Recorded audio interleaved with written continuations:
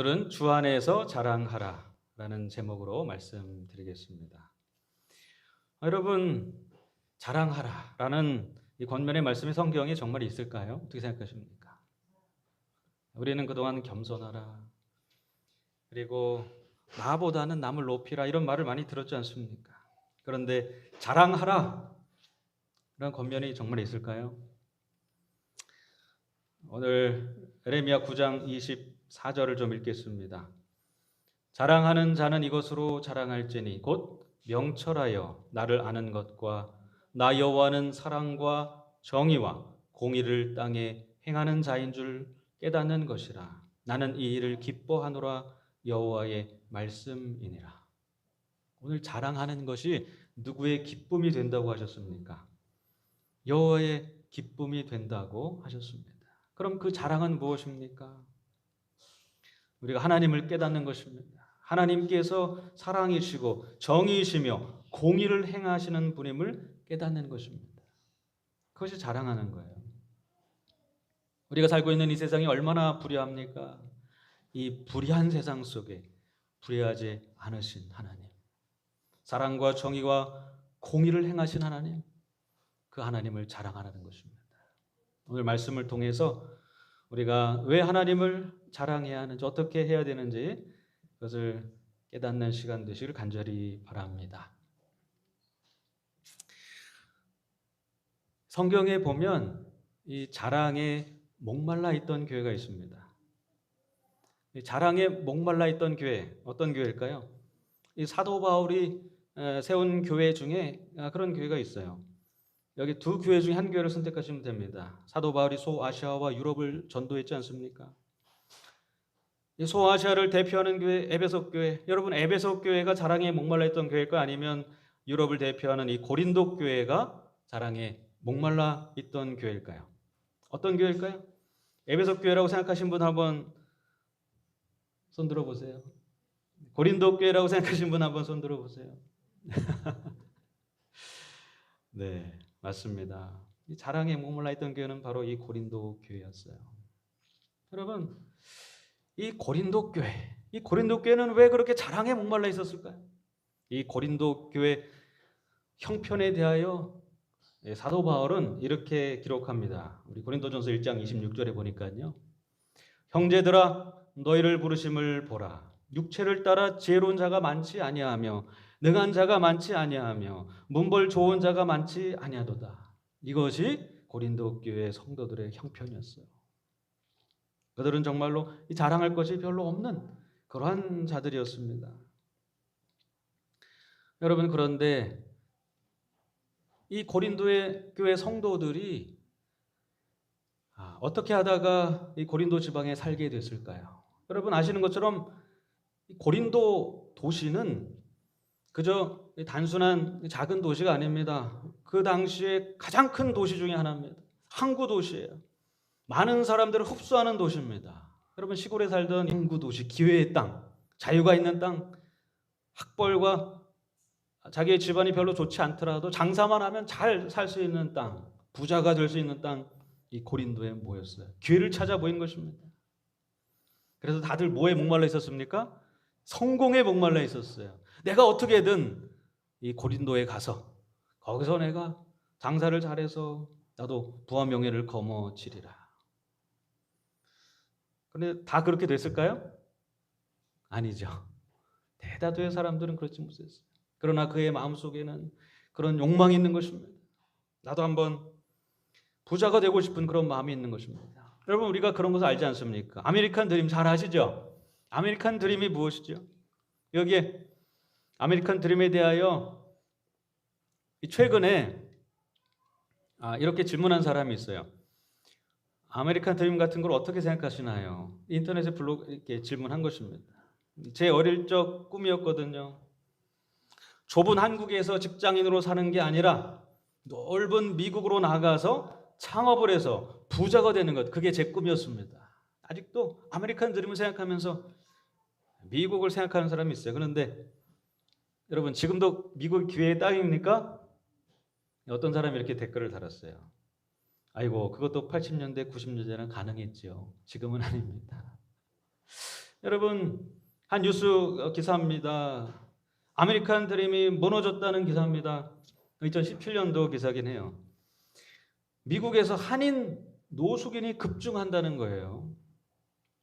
아메리칸 드림을 쫓아 거기에서 장사를 해서 부자가 되고자 미국에 건너갔습니다. 그런데 거기에서 꿈을 이루지 못하고 노숙인으로 전락한 것입니다. 한 기자가 가서 그 노숙 생활을 하는 한인들에게 질문합니다. 노숙 생활하면서 제일 힘드신 게 어떤 건가요? 이렇게 말합니다. 다들 힘들어요. 한번 해봐요. 여기 밑바닥에 있는 것도 싸움을 해야 돼요. 밑바닥에 있는 것조차, 노숙 생활하는 것조차 쉽지 않다는 거예요. 그것도 싸워야 된다는 거예요. 왜 그런지 좀 보겠습니다. 노숙인 커뮤니티에 들어가서 영어가 안 되고 그 사람들하고 친하지 않으면 정보 교환을 못 해요. 그럼 밥도 못 얻어 먹죠. 노숙인도요, 뭘 잘해야지 밥을 얻어 먹어요? 영어를 잘해야 됩니다. 영어를. 그런데 안타깝게 여러분, 미국 가서 무조건 거기서 2년 3년 산다고 영어가 늘겠습니까? 그러다 보니까 영어 잘하는 노숙인, 그리고 영어를 못하는 노숙인이 생겨요. 영어를 잘하는 노숙인은 가서 친해지고 그러면서 정보를 알아내고 그러면서 밥을 안 굶는데, 미국에서도 영어를 못하면 노숙인도 밥을 못 얻어 먹는 것입니다. 그런 사회라는 거예요. 그렇게 노숙인이 된 사람이 미 서부에만 수백 명으로 추정이 됩니다. 이게 잘 추정도 안 되는데 대략적인 추정이 그렇다는 것입니다. 그리고 그들을 수용해 줄 수 있는 것은 종교 시설밖에 없어요. 사회적으로 그들을 책임져 주지 않는 것입니다.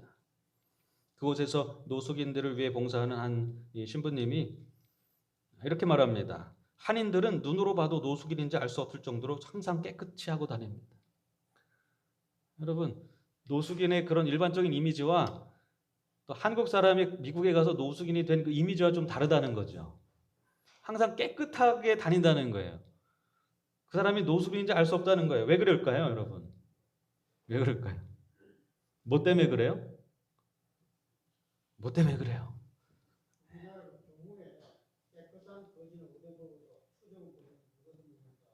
네.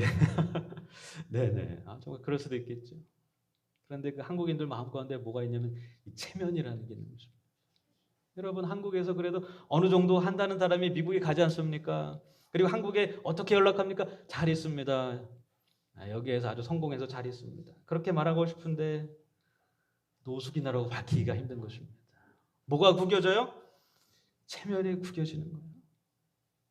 그래서 한국에 있는 가족들에게 항상 난 잘 있다, 걱정하지 말아라, 그래서 자리를 잘 잡고 있다. 실상은 뭐예요? 노숙인으로 살아가는 거죠. 그런 사람들이 LA에만 수백 명입니다. 통계도 잘 잡히지 않아요. 겉으로는 아닌 척하기 때문에 그렇죠. 그렇습니다. 아메리칸 드림, 이 꿈도 이렇게 쉽게 무너질 수 있는 것입니다. 그 옛날 고린도라고 안 그렇겠습니까? 성공을 바라면서 몰려든 수많은 사람 중에 정작 성공하는 사람은 몇 안 돼요. 대부분 사람들은 고린도 교인들처럼 평범한 것입니다. 아직 가난한 것입니다. 성공에 목말라 있는 것입니다. 그런데 문제는 무엇이었냐면 성공에 목말랐던 그들이 어디에서도 그런 생각을 가지고 있었다는 거예요. 교인이 된 후에도, 교회에서도 그들은 성공지향적인 교회 생활을 추구했다는 것입니다. 그 형편을 고린도 전서는 이렇게 묘사합니다. 내가 이것을 말하거니와 너희가 각각 이르되 나는 바울에게, 나는 아볼로에게, 나는 게바에게, 나는 그리스도에게 속한 자라 한다는 것이니. 여러분, 그들은 세상뿐만 아니라 교회에서도 성공지향적인 생활을 했어요. 여러분, 바울을 추종했던 사람은 왜 바울을 추종했습니까? 바울은요, 아시아에 있는 모든 교회, 유럽에 있는 모든 교회의 개척자입니다. 선구자입니다. 그는 학식이 풍부했어요. 비록 그가 학식이 풍부한 만큼 말을 잘하지는 못했어요. 네. 하지만 말이 중요한 것이 아니라 뭐가 중요해요? 내용이 중요하지 않습니까? 그들은 바울을 추종하면서 바울에게 속한 자기들이 최고라고 말하고 다녔습니다. 여러분, 아볼로를 따랐던 사람은 왜 아볼로를 따랐을까요? 여러분, 아볼로는요, 학식이 뛰어났을 뿐만 아니라 그것을 언어로 잘 표현하는 그런 사람이었습니다. 웅변가였어요.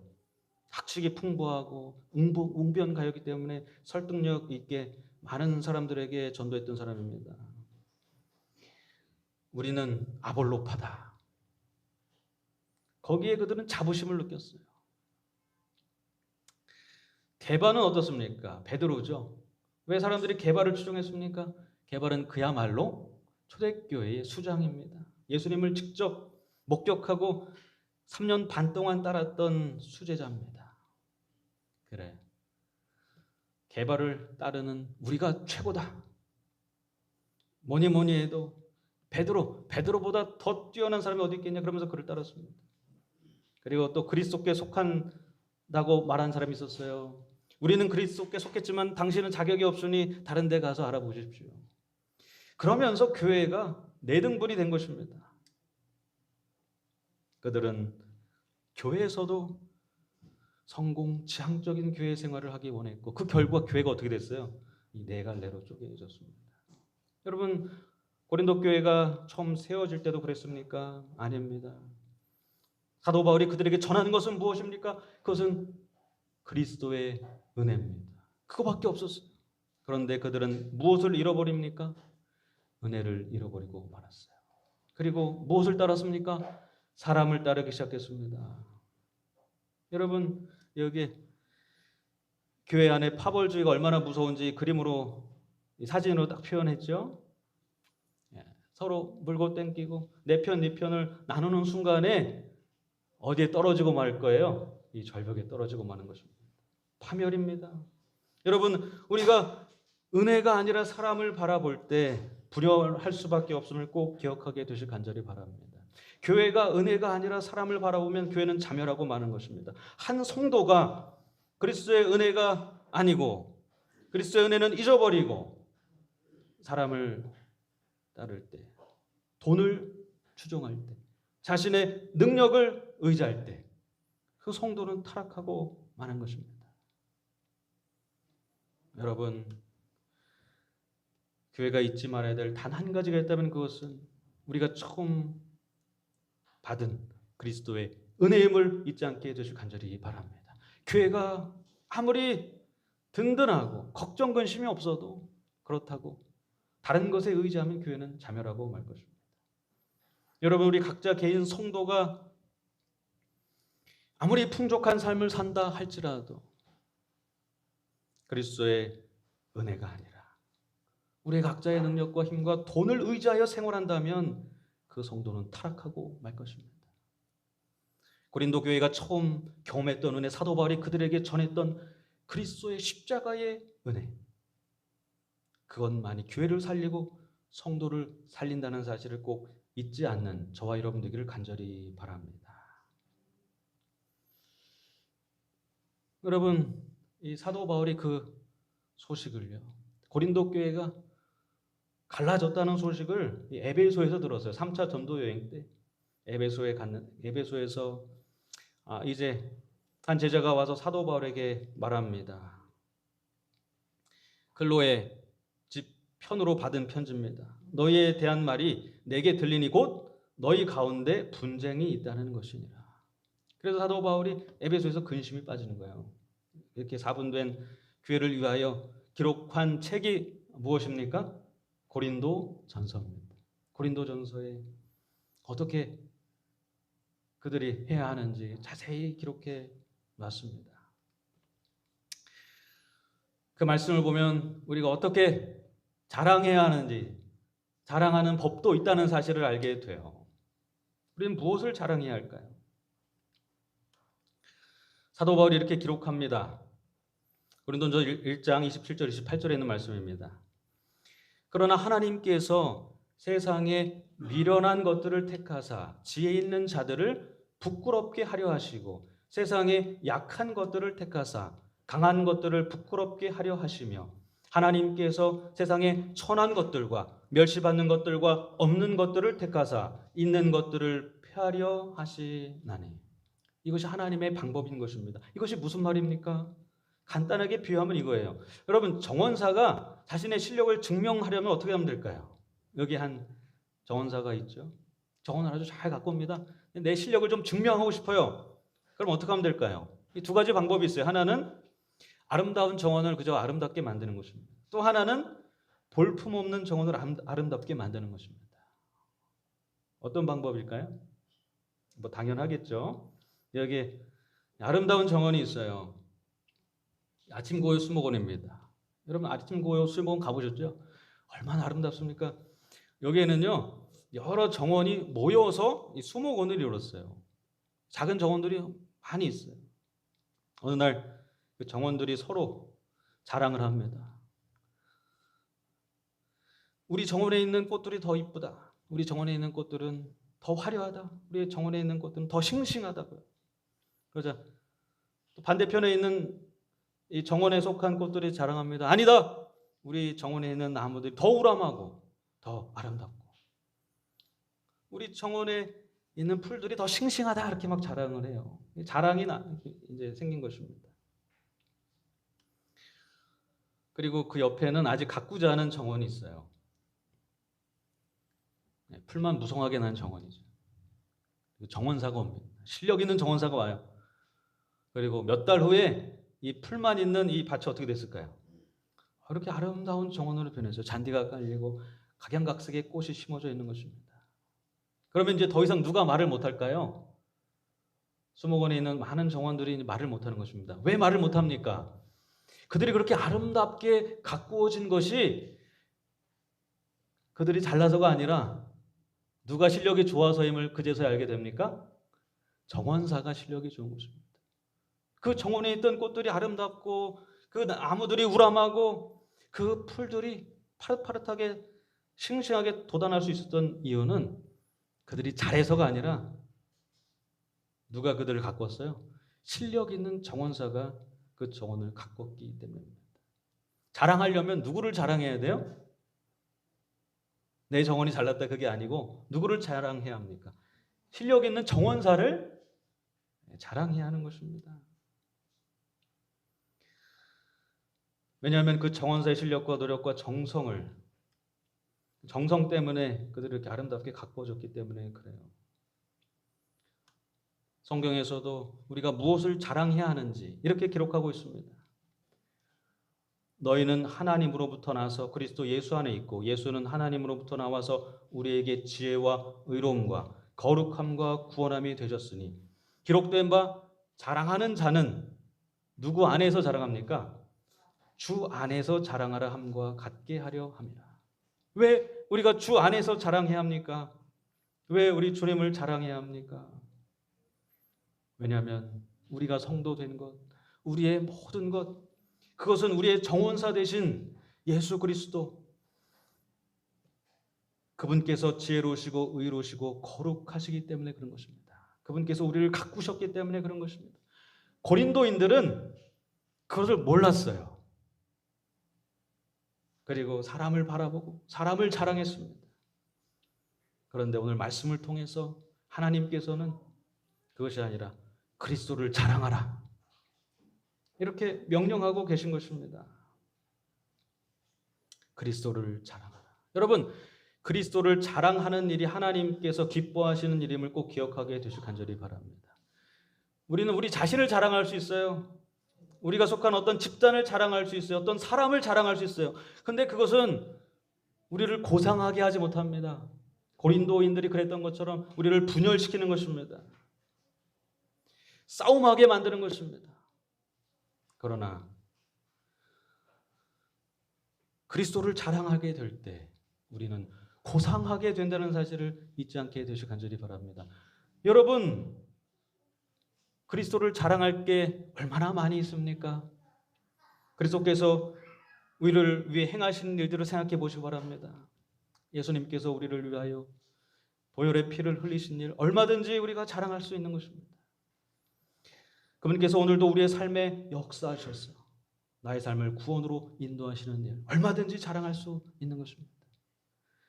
그리스도를 자랑하는 것, 그것은 우리를 구원하게 할 뿐 아니라 우리를 고상하게 하고 하나님을 기뻐하게 하는 일인 것입니다.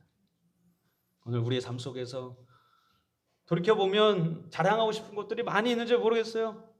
그러나 무엇보다 나의 삶을 잊게 하신 그리스도를 자랑하고 분께서 나에게 행하신 나의 삶 속에 주신 그 큰 은혜를 언제나 기억하는 그러한 구원받는 성도들이 저와 여러분이 되기를 간절히 바라면서 오늘 말씀을 마치겠습니다. 하늘에 계신 아버지, 오늘 우리에게 자랑할 것이 많음을 알려주시니 감사합니다. 오늘 우리의 삶 속에 내 평생을 자랑해도 다 못하는 그리스도가 계심을 알게 해주니 감사합니다. 오늘 우리는 무엇을 자랑하며 살았습니까? 혹시라도 나의 삶을, 내 업적을, 이 세상을 자랑하고 살지 않았습니까? 혹시 그러다가 우리의 삶이 분열되어 있지는 않습니까? 그렇다면 이제부터 그것보다 더 자랑거리인 그리스도를 자랑할 수 있도록 인도하여 주시옵소서.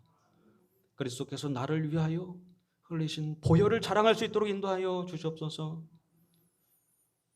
그리스도께서 나의 삶 속에 나를 위하여 행하신 일들, 나를 얼마나 극진히 아끼시고 사랑하고 내 삶을 인도하시는지 그리스도의 은혜를 자랑할 수 있도록 인도하여 주시옵소서.